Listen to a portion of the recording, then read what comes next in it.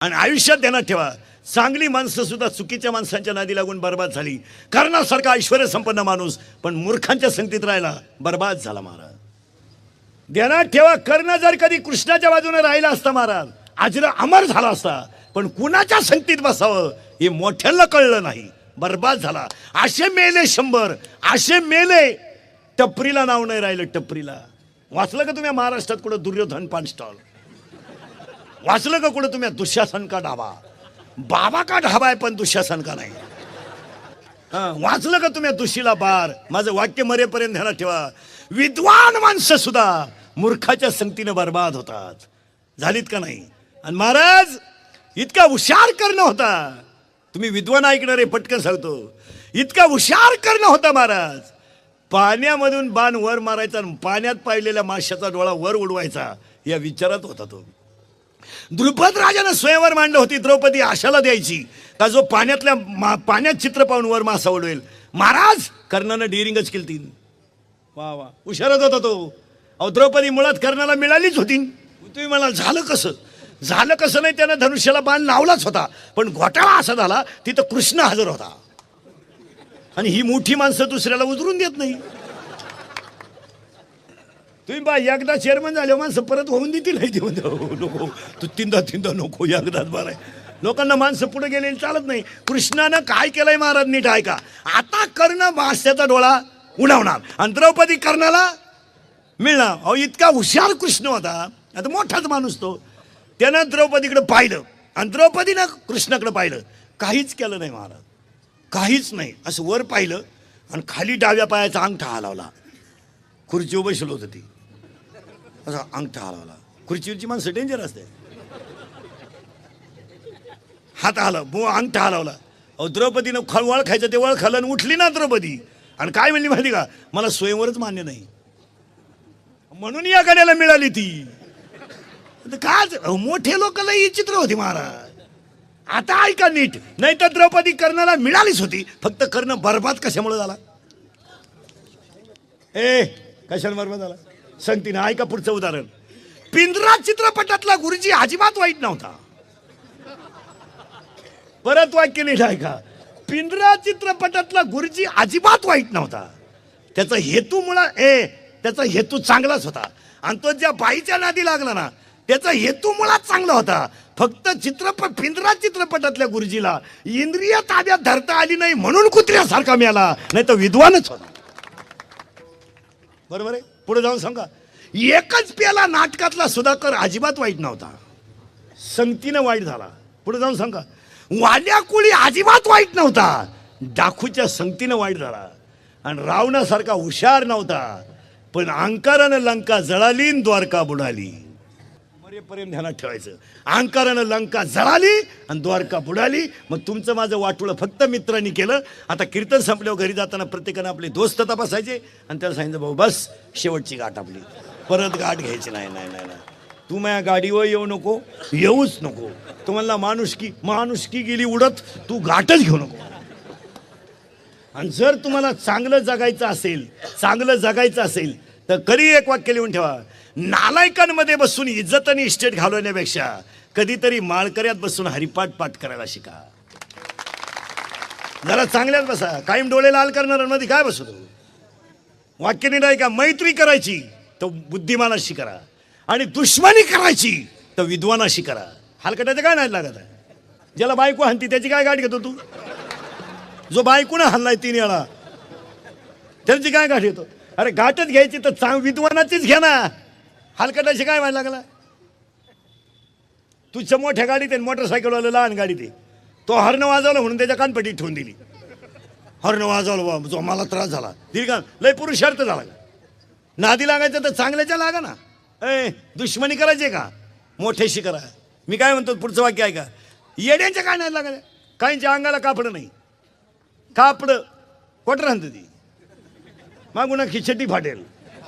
पुढच्या लावून तो फोडून टाकेन.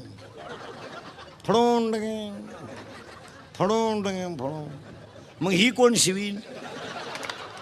आणि त्याच्या नादी लागायचं का? आला मरायला त्याची चड्डी त्याला मिळालं आणि आपली माणसं म्हणतो मला त्यानं शरीला होती याडच आहे, तू पुढे जाय. त्याच्या काय नाही लागत. एक ध्यानात ठेवा महाराज, अरे मोठ्याच्या संगतीत राहिलं तरी किंमत वाढते आणि मोठ्याशी दुश्मनी केली तरी किंमत वाढते. काय सांगा, बंबाजी जर तुकोबारायच्या नादी लागला नसता त्याचं नावच ग्रंथात आलं नसतं. रामेश्वर भट जर तुकोबारायच्या विरोधात उठला नसता तर त्याचं नावच गाठ्यात आलं नसतं. पुढे जाऊन सांगा, विसोबा खेतरानं जर माऊलीला खापार दिलं नसतं तर त्याची किंमतच वाढली नसती. मोठ्याच्या संगतीत किंमत. काही लोक नुसते मी साहेबा मागे हिंडतो, पागल आहे तू फक्त फोटोच येतोय अर्धा, तोय बी भावपूर्ण श्रद्धांजलीचा आला का सत्काराचा आला हे कळा ना. असा फोटो आला, शेजारची म्हणली काल भेटला गेला गेला. काय करतो त्याला महाराज. हे विसोबा क्षेत्राची किंमत वाढली का कमी झाली? वाढली. रामेश्वर भट्टाची किंमत वाढली, बंबाजीची किंमत वाढली. पुढे जाऊन सांगा, अहो स्तनात विष पाजून मारायला का जाणं होईना पण किंमत तर वाढली. काय दुबल्याला मारायला गेली का पुतना? पुतना काय अंगणवाडीच्या घोगऱ्या आणा गेली का शाळेत? अय पुतना काय कोणची डायरेक्ट कोणला मारायला निघाली? किरकोळ कामं करायचीच नाही. BA होईलन मग MA होईलन, नोकरी लागल. मी आला तू काय रिटायर झाली परमनंट नाही झाली, तू काय रेडमेंट करतो? MA फिमे खातं कोण खातं? 6.5 लाख DED शिल्लक आहेत सध्या, 9.5 लाख MA BEd शिल्लक आहेत. पुढे जाऊन सांगा, बायको मिळणं म्हणजे लॉटरी लागण्यासारखं झालंय. लागली बुवा, नाही तर बायको मिळत असते. बायको मिळणं म्हणजे लॉटरी लागणं मला. हो 35-35चे नवरदेव आहेत आपल्याकडं. जोडीदारांचे ऑपरेशन झाले, हा गडी तसाच. 42 पोरी पाहिल्या का पोऱ्यानं नाही पसंत केल्या, मग त्याला एक माझ्यासारखा भेटला, मला मिळेल ती करून टाक. त्यानं पोरगी पसंत केली पण त्या पोरीच्या आईनं नवरदेव पाहिला. ती म्हणली भिकाऱ्याला पोर देईन पण याला द्यायची नाही. त्यानं कानपट्टी ठेवून दिली. मध्ये का बोलली? म्हणली बोलली नाही, मला मारून टाकलं तरी मी याला देणार नाही. का देणार नाही? तर हा पाहिला मला पाहायला आलता. काय डोक्याला देणार? जी बाई कोण फेकू आले काही लोक हे काय ही बायको बिको मिळणार नाही. आता झाकली 1.25 लाखाची. ज्यांचे झाले ते वाचले, जे राहिले ते आता असेच बजाव. कोण खात MN फिमे? बावळाटपणा. MN फिमे आले. माणसं म्हणते असं तसं नीट आहे का? विष पाजायला गेली पुतना कृष्णाला पहिलं गिराईक होतं. गाठ मोठ्याची घ्यावं. पुतण्याच्या स्तनाला तोंड लावलं कृष्णानं आणि डोळेच झाकून घेतले. का घेतले ऐका. कृष्णाला डोळे का झाकले तर पहिलं होतं विष. कृष्ण म्हणला तकलीफ होईल. हे शंकराला बोलावलं, तू कर तेवढा कार्यक्रम. कारण विष कोणी घ्यावा? शंकरानं. विष प्यायल्यावर हा म्हणला दूध आपल्याला. दूध संपलं आणि रक्त आलं. कृष्ण म्हणला रक्त नको बा आपल्याला. मग रक्त कोणी प्यायचं? ज्यांचे विचार आसुरी आहे, आणि ज्यांची प्रवृत्ती राक्षसी आहे त्याच लोकांनी मांसाहार करायचा असं शास्त्र आहे महाराज. कोणी करायचं नाही. हे नाही. काय लोक हे नाही चालत. ती बुद्धिवाचीच आहे, काही बरळू नको. काय माणसं म्हणते बा असं का करतं? उत्तर ऐका कुठे चाललं होतं आपण परत ध्यानात ठेवा. कुरुक्षेत्रावर युद्ध सुरू झालं आणि अर्जुनाला मोह झाला. इथं आपण 10 मिनिटापूर्वी होतो. ती काय काळजी करायची नाही तुम्ही. हो आणि नीट वाक्य ऐका. त्यावेळेस धनुष्याला बाण लावला नाही, पण युद्ध सुरू होण्याच्या अगोदर पहिलं वाक्य धृतराष्ट्राच्या मुखातलं का? आणि म्हणून मी तुम्हाला सांगितलं होतं धर्मक्षेत्रे इथं आपण 10 मिनिटापूर्वी होतो. ती काय काळजी करायची नाही तुम्ही. मी रातभर कुठे जाऊ द्या, तुम्हाला जागेवर आणून घालणार. आता धर्म बुडाला म्हणून पहिला शब्द आहे धर्मक्षेत्रे. आणि धर्मक्षेत्रातून किती अध्याय गीता सांगितली? 18. आणि घ्या लिहून 18चा 18 अध्याय एकाच मिनिटात 18 अध्याय लिहून घ्या.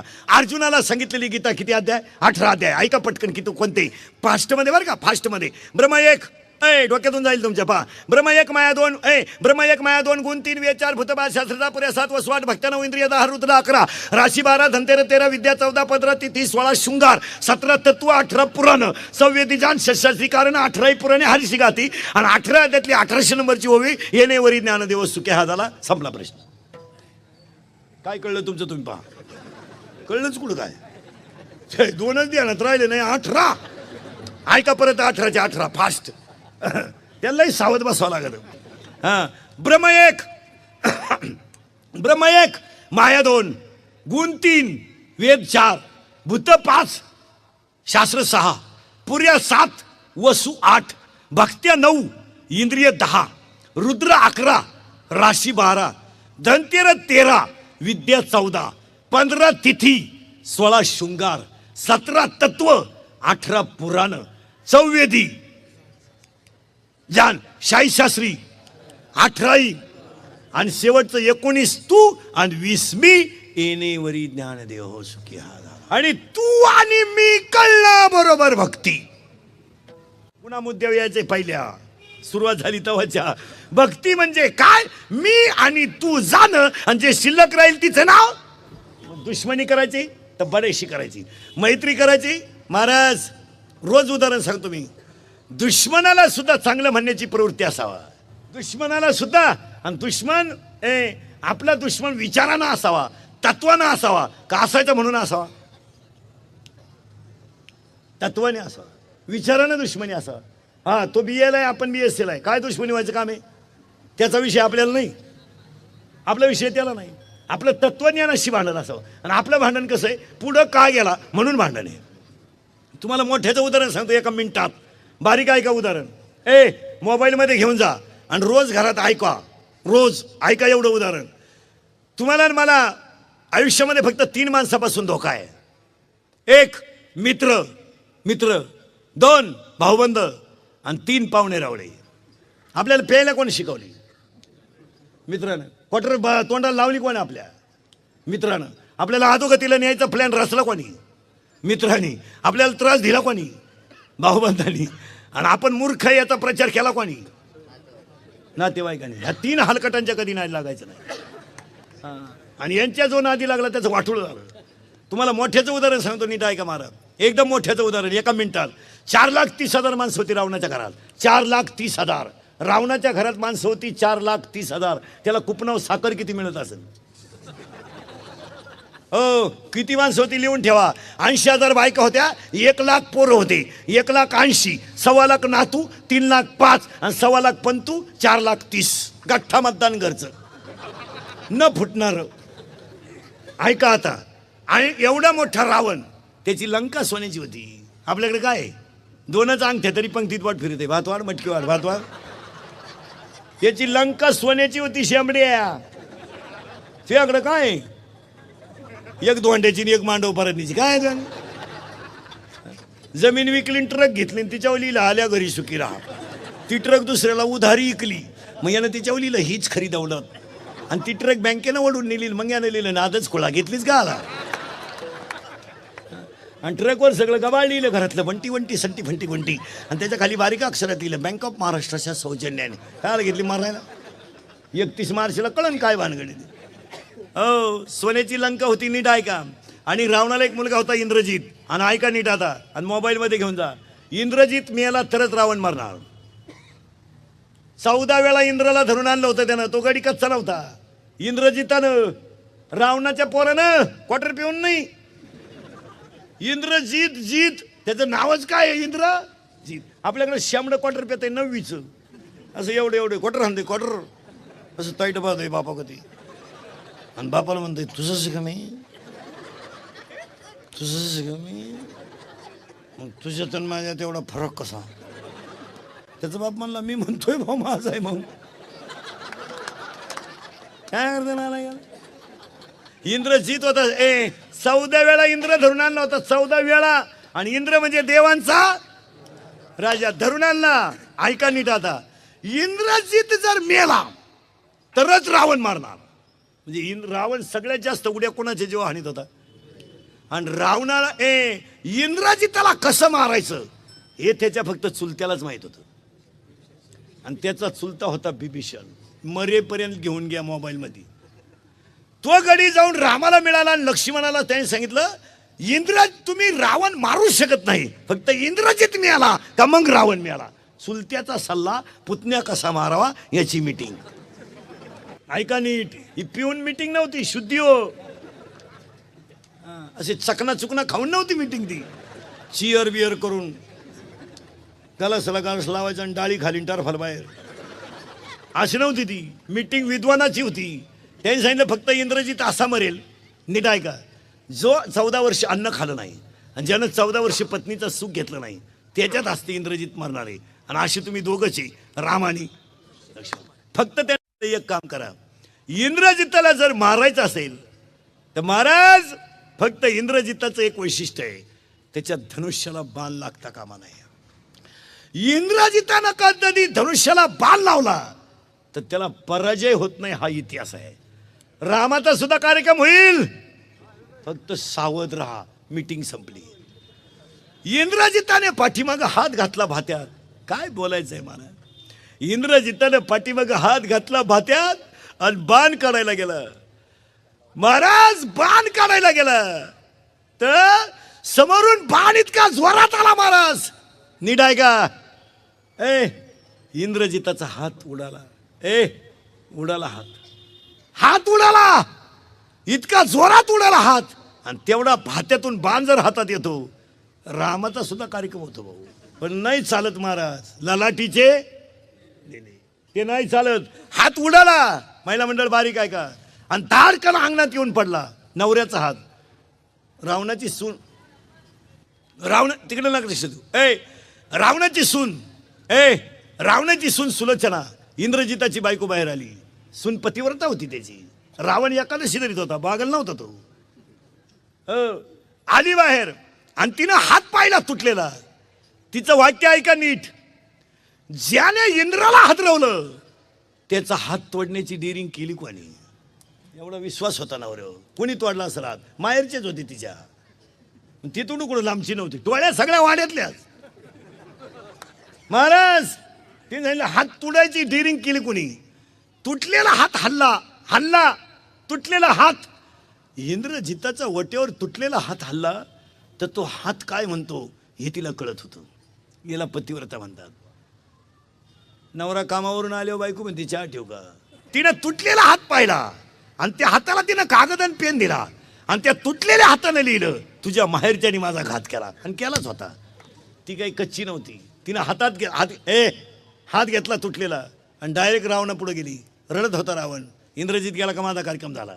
माझ्या सुनेला काय उत्तर द्यावा. ती सांगितलं मामजी मी ज्यानं हात तोडला त्याचा बदला घ्यायला चालली. रावण म्हणला जा बा जा म्हटलं. मग तुम्हाला विचारायला का आली. ती म्हणली मी खानदान घराण्यातली आहे, मोठ्याची आज्ञा घ्यावी हे माझं काम आहे. ते काय बोलायच्या गोष्टी आहेत काय. आणि मग ती गेली आणि दरबारातली माणसं याडपाट होती रावणाच्या बी. हे मोठ्यांच्या मागे हिंडणारी ईडीच असतात. ती दरबारातली याडपाट काय म्हणली माहिती का रावणाला. तुला कळत कसं नाही. तरुण सून आहे तुझी, तो रामाकडे पाठवली. रामाची बायको तुझ्या ताब्यात आहे. उद्या जर रामाची बुद्धी बदलली मधली लोक लई नंकट राहते मला. आणि तो जर म्हणला माई बायको आणून देन तुझी सून घेऊन जाय तर तू काय करशील. रावण म्हणला हे मूर्खाओ. नीट वाक्य ऐका. रावण म्हणला हे मूर्खाओ ऐका नीट. ज्या राज्यात रामासारखा राजा आहे, लक्ष्मणासारखा भाऊ आहे आणि सीतेसारखी पतिव्रता आहे त्या राज्यात स्त्रीवर अन्याय होणार नाही याची मला गॅरंटी आहे. अरे शत्रूला सुद्धा चांगलं म्हणण्याची दानत असावा. शत्रू ते मोठा असावा. आपल्या थोरल्याने गाडी गेली ते धाकट्या म्हणला लुटलो बा काय जळ काय. आपल्या या खऱ्यानं गाडी घेतली ना तर आपली माणसं दरिद्री आहेत. हसत सुद्धा नाही. हप्त्यावर घेतली असं काय मुळ्यात दुखात का तुझं हसना मारून त्यांना जाऊ दे. एखाद्यानं लई उंडा घेतला पुरीत खोडा असेल. अरे गपना पण तू. एखाद्याने घेतलंच नाही लफडा. अरे पण तू गपना डोकाला. अहो महाराज दुश्मनाला सुद्धा चांगलं. मला एक सांगा याच्यापेक्षा विद्वानपणा असेल. अहो जाऊ द्या राम आपला दुश्मन आहे पण चांगलाच आहे हे म्हणण्याची प्रवृत्ती कोणची होती. रावणाची. आणि सख्या भावाची पुतण्या मारायची मीटिंग होती. एकाच बापाची होती दोन्ही बी. मग मला सांगा आपल्याला बाहेरचे चांगले का जवळचे. मग नादी लागायचंच नाही या ठिकाणच्या. मित्र भाऊबंध पाहुणे रावळे आग लागू दे त्यांना. हो मंदोदरीनं प्रश्न विचारला होता रावणाला मला सवती किती. फक्त खोटं बोलायचं नाही. रावण म्हणला एकादशी मी खोटं बोलत नाही. रावण एकादशीला खोटं बोलत नव्हता. ती म्हणलं रावण म्हणला 80,000. ती म्हणली मग त्यातली आवडती कोणती तुम्हाला. रावण म्हणला गोठाळा झाला. मंदोदरी पुढे दुसरीचं नाव घेता कसं. मग तर भांडण होईल. रावण म्हणला तू हा प्रश्न मला का विचारू राहिली. ती म्हणली मग रामाची लाडकी सीता पळवताना तुम्हाला लाज कशी नाही वाटली. तो काय कच्ची ती काय कच्ची नव्हती पतिव्रता होती महाराज. ती काय बोलायच्या गोष्टी का त्या. मग रावण म्हणतो मंदोदरी म्हणली गप्पा हाण नका फक्त माझ्या प्रश्नाचं उत्तर द्या. तुम्ही तुमची इच्छा सीतेकडून का पूर्ण करून घेतली नाही. ऐका आता लय बारीक. तुम्ही तुमची इच्छा सीतेकडून का पूर्ण करून घेतली नाही. डोळे पाणवले रावणाचे. रावणाच्या डोळ्याची कड ओली झाली आणि रावण मंदोदरीला म्हणतो मंदोदरी सीतेकडून माझी इच्छा मी कालही पूर्ण केली असती, आजही केली असती आणि आत्ताही केली असती. मी सीता वायुमार्गाने आणली. हनुमान येईल लंका पेटविल ही भीती मला नाही. मंदोदरी म्हणते वेदाच्या गप्पा सांगू नका, पळून आणलेल्या सीतेकडून तुम्ही तुमची इच्छा का पूर्ण केली नाही. रडला रावण महाराज, रडला. रावणाच्या डोळ्याची कड ओली झाली आणि रावण मंदोदरीला म्हणतो, मंदोदरे मी माझी इच्छा आताही पूर्ण केली असती, आत्ता सीता माझ्या ताब्यात आहे, पण तुला म्हणून सांगतो मंदोदरे मी माझी इच्छा का पूर्ण केली नाही. ऐक, मी सीता पळवायला गोसाव्याचं रूप घेऊन जेव्हा झोपडी पुढे गेलो ना, तेव्हा मी सीतेला म्हणलो होतो, माय भिक्षावाडा, मी खानदान बघताय, लंका जळाली तरी चालेल, पण माय ह्या शब्दाला मी धोका देणार नाही. याला रावण म्हणतात.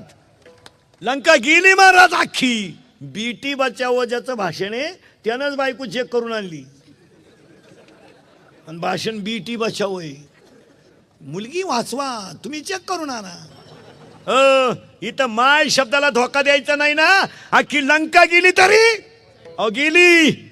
कुंभकर्ण म्हणला, का रे लय गप्पा आणतो, आणि मग तू तर रामाचे कपडे घालून सीतेला वश करायला गेलता, तेव्हा का बोलतो. त्यावेळेसचे वाक्य ऐका रावणाची.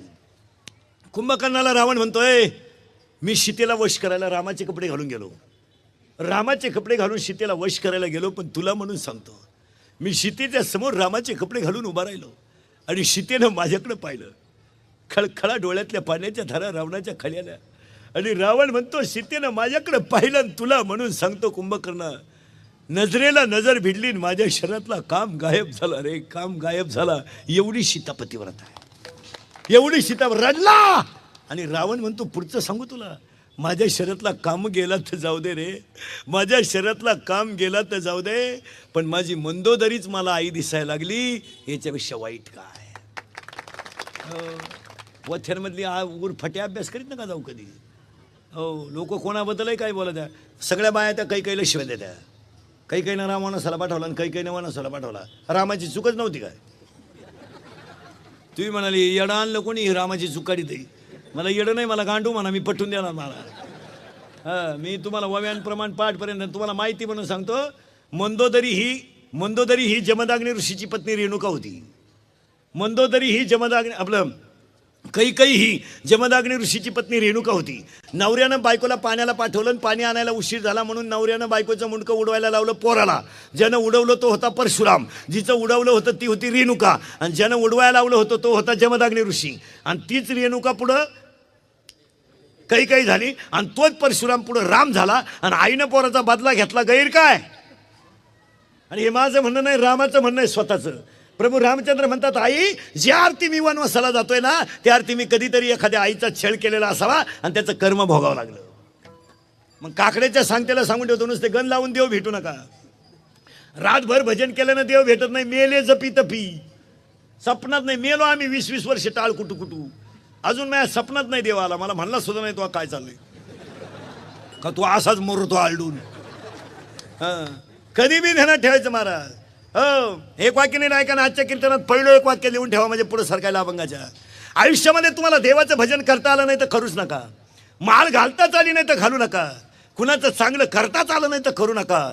पण ईश्वरासारख्या आईबापांना आणि संतांना कलंक लावू नका. हीच देवाची पूजा, हीच देवाची पूजा. देव चोळल्यानं देव भेटत नाही. आला तर फडतो मरायला. देव चोळल्यानं कुत्रा आलं त्यानं देव फिकून आला कुत्र्याला.